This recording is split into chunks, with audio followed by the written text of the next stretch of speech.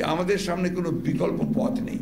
সকলের দল মত নির্বিশেষে সমস্ত ভেদাভেদ ভুলে আজকে একত্র হয়ে এই ভয়াবহ দানবীয় যে একটা সরকার, মনস্টাস যে একটা গভর্নমেন্ট, যার একমাত্র কাজ হচ্ছে তাদের নিজেদের বৃত্ত তৈরি করা আর অন্য দেশের যে প্রভুত্ব সেটাকে মেনে নিয়ে তাদের যে স্বার্থ সেই স্বার্থকে রক্ষা করা।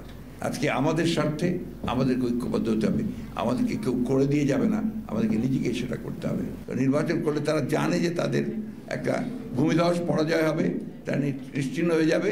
সেই কারণে বিভিন্ন কৌশলে তারা এখানে নির্বাচন একটা দেখিয়ে তারা ক্ষমতায় টিকে থাকছে। জনগণের শক্তির কাছে বড় শক্তি আর কিছু নেই। এবং মৌলানা আব্দুল হামিদ খান ফাসানি তিনি ছিলেন সেই জনগণের মানুষ। তিনি সবসময় জনগণের কথা নিয়ে বলেছেন, জনগণের জন্য সংগ্রাম করেছেন, কোনোদিন ক্ষমতার আশেপাশেও যাননি। জনগণের স্বার্থ রক্ষার জন্য তিনি সবসময় লড়াই করেছেন। বাংলাদেশকে একটা নিয়ন্ত্রণের মধ্যে রাখার জন্য তারা সবসময় তাদের সকল কর্মকাণ্ডকে পরিচালনা করেছেন।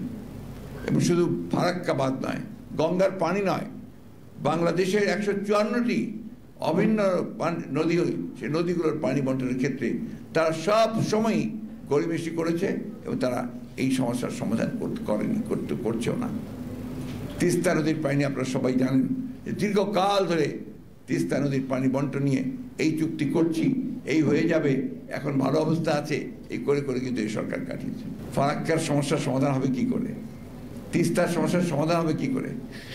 অন্যান্য অভিন্ন নদীগুলোর সমস্যার সমাধান কি করে হবে? কারণ তারা তো দখলদারিত্ব করছে এখানে, তারা তো একটা বিশেষ দায়িত্ব নিয়ে এই সরকার ক্ষমতা দখল করে আছে। সেই চিন্তা ছিল, পরিকল্পনা ছিল, এবং ভারত সেই পরিকল্পনাকে বাস্তবায়িত করার জন্য পাকিস্তানের আমলে এই কাজটি শুরু করেছিল। তখন পাকিস্তান সরকার বাধা দিয়েছিল এবং তারা প্রতিবাদ করেছিল। পরবর্তীকালে এটা নির্মিত হওয়ার পরে এর পানি বন্টন নিয়ে যে সমস্যার সৃষ্টি হয়েছে, সেই সমস্যাকে সমাধানের জন্য দুর্ভাগ্যজনকভাবে আগের সরকার তারা সেই উদ্যোগ নিতে পারেননি। এটা খুব স্বাভাবিক ছিল, এই জন্যে যে আগের সরকার নিজেদেরকে মনে করতেন যে তারা ভারতের কাছে অনেকখানি ঋণী এবং তারা তাদের কাছে সেই অনুগ্রহ আশা করত।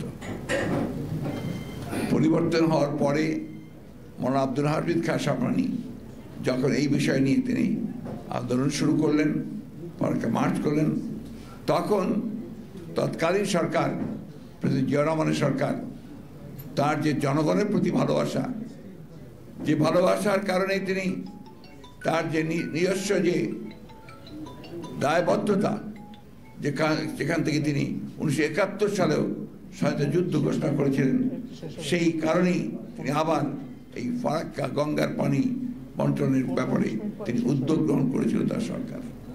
এবং সেই সরকার উদ্যোগ গ্রহণ করার পরেই তখন সেটা আপনি জানেন, একদিকে মৌলানা ভাসানীর এই ফারাক্কা মার্চ তাকে সাহায্য করেছিল এটাকে আন্তর্জাতিক পর্যায়ে উপনীত করার জন্য, এবং সেটা তৎকালীন যে ইসলামিক পররাষ্ট্রমন্ত্রী সম্মেলন হয়েছিল ইসলামিক রাষ্ট্রগুলোর, সেখানেও এটা উত্থাপিত হয়েছিল এবং সেখানে ভারতকে বলা হয়েছিল এই পানির ন্যায্য হিস্সা বাংলাদেশকে দেওয়ার জন্য। এবং প্রেসিডেন্ট জিয়াউর রহমান সাহেব তখন সেটাকে জাতিসংঘেও উত্থাপন করেছিলেন ন্যায্য পানির হিস্সার জন্য। বন্ধুগণ, এই বিষয়টা আমাদের নতুন নয়। আমরা বরাবরই লক্ষ্য করেছি যে বাংলাদেশের জন্ম হওয়ার পর থেকেই আমাদের প্রতিবেশী, যার কাছে আমরা স্বাধীনতার তাদের ভূমিকার জন্য আমরা অবশ্যই আমাদের ধন্যবাদ এবং কৃতজ্ঞতা আমরা প্রকাশ করেছি সবসময়। তারপরেই আমরা যে লক্ষ্য করেছি তারা সবসময় বাংলাদেশকে একটা নিয়ন্ত্রণের মধ্যে রাখার জন্য তারা সবসময় তাদের সকল কর্মকাণ্ডকে পরিচালনা করেছে। এবং শুধু ফারাক্কাবাদ নয়, গঙ্গার পানি নয়, বাংলাদেশের 154টি অভিন্ন নদী, সেই নদীগুলোর পানি বন্টনের ক্ষেত্রে তারা সব সময়ই গড়িমসি করেছে এবং তারা এই সমস্যার সমাধান করছেও না। তিস্তা নদীর পানি আপনারা সবাই জানেন যে দীর্ঘকাল ধরে তিস্তা নদীর পানি বন্টন নিয়ে এই চুক্তি করছি, এই হয়ে যাবে, এখন ভালো অবস্থা আছে, এই করে করে কিন্তু এই সরকার কাটিয়েছে। এই যে আপনার ব্যর্থতা, এই ব্যর্থতার মূল কারণটি হচ্ছে যে সরকার যারা আসে, যে সরকার এখন আছে, সেই সরকার পুরোপুরিভাবে একটা নতজানু সরকার। তারা কখনোই বাংলাদেশের জনগণের স্বার্থে সে একটা প্রকৃত স্ট্যান্ড নেওয়া, সেই স্ট্যান্ডটা তারা নিতে ব্যর্থ হচ্ছে কারণ তারা তাদের কাছে অত্যন্ত দুর্বল। আপনারা এই বিষয়গুলো আলোচনা করেছেন, আমি সে আলোচনা যেতে চাই না। আমি যে কথাটা বলতে চাই, সে কথার মূল কথাটা হচ্ছে যে বাংলাদেশের মানুষকে তার অধিকার আদায়ের জন্য তার নিজেকেই নিজের পায়ে দাঁড়াতে হবে। আমরা আমাদের গণতান্ত্রিক অধিকারকে হারিয়ে ফেলেছি। সেই গণতান্ত্রিক অধিকারকে ফিরে পাওয়ার জন্য আমরা সংগ্রাম করছি, লড়াই করছি। আমরা সকল রাজনৈতিক দলগুলো, এখন প্রায় বহু রাজনৈতিক দল, আমরা একসাথে সেই সংগ্রাম করছি আমাদের গণতান্ত্রিক অধিকার ফিরে পাওয়ার জন্য। এই জন্য আমাদের অনেকেই প্রাণ দিয়েছেন, আমাদের অনেক নির্যাতন নিপীড়ন সহ্য করতে হচ্ছে। সবচেয়ে বড় বিষয়টা যে এই সরকারের নির্যাতনের কারণে এই দেশের আরেকজন দেশপ্রেমিক নেত্রী, দেশনেত্রী বেগম খালেদা জিয়া, তাকে আজকে মিথ্যা মামলায় সাজিয়ে তাকে আটক করে রাখা হয়েছে। আমাদের নেতা তারেক রহমান সাহেবকে, তাকেও মিথ্যা মামলায় নির্বাসিত করে তাকে বিদেশে নির্বাসিত করে রাখা হয়েছে। ৬০ লক্ষ মানুষের বিরুদ্ধে আজকে মিথ্যা মামলা দেওয়া হয়েছে। এই কয়েকদিন আগে আপনার ৭ই জানুয়ারি নির্বাচনের পূর্বে মাত্র ৩ দিনে ২৭,০০০ নেতাকর্মীকে গ্রেপ্তার করা হয়েছে এবং আজকে এখনো সেই নির্যাতন নিপীড়ন চলছে। আমাদের নেতাকর্মীদেরকে, গণতন্ত্রের জন্য আন্দোলন করছেন নেতাকর্মীদেরকে সাজা দিয়ে তাদেরকে কারাগারে পাঠানো হচ্ছে। এর মূল কারণটাই হচ্ছে যে আজকে এমন একটা সরকার দখলদারিত্ব নিয়ে ক্ষমতায় বসে আছে, যাদের একমাত্র কাজ হচ্ছে যে তারা তাদের স্বার্থ এবং তাদের প্রভুদের স্বার্থকে রক্ষা করার জন্য তারা আজকে জনগণের উপর নির্যাতন নিপীড়ন চালিয়ে যাচ্ছে। আজকে ফারাক্কার সমস্যার সমাধান হবে কি করে? তিস্তার সমস্যার সমাধান হবে কি করে? অন্যান্য অভিন্ন নদীগুলোর সমস্যার সমাধান কি করে হবে? কারণ তারা তো দখলদারিত্ব করছে এখানে, তারা তো একটা বিশেষ দায়িত্ব নিয়ে এই সরকার ক্ষমতা দখল করে আছে। আজকে এই সরকার জনগণের সরকার নয়, কোনো নির্বাচনই তারা করে না। নির্বাচন করলে তারা জানে যে তাদের একটা ভূমিধস পরাজয় হবে, তারা নিশ্চিহ্ন হয়ে যাবে। সেই কারণে বিভিন্ন কৌশলে তারা এখানে নির্বাচন একটা দেখিয়ে তারা ক্ষমতায় টিকে থাকছে। বন্ধুরা, আজকে বাংলাদেশের সকল উন্নয়ন যেটা বলা হচ্ছে, এটা সম্পূর্ণভাবে একটা মিথ।